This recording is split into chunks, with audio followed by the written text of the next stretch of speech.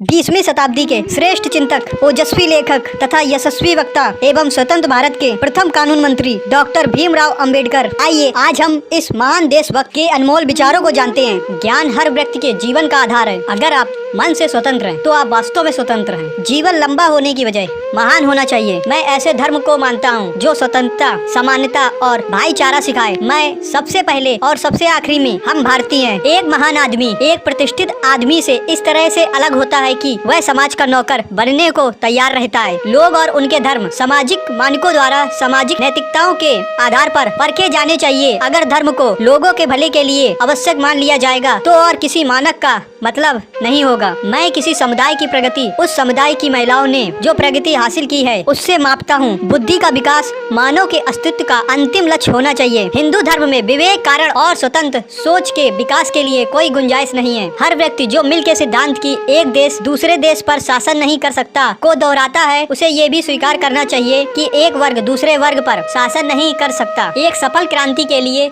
सिर्फ असंतोष का होना पर्याप्त नहीं है।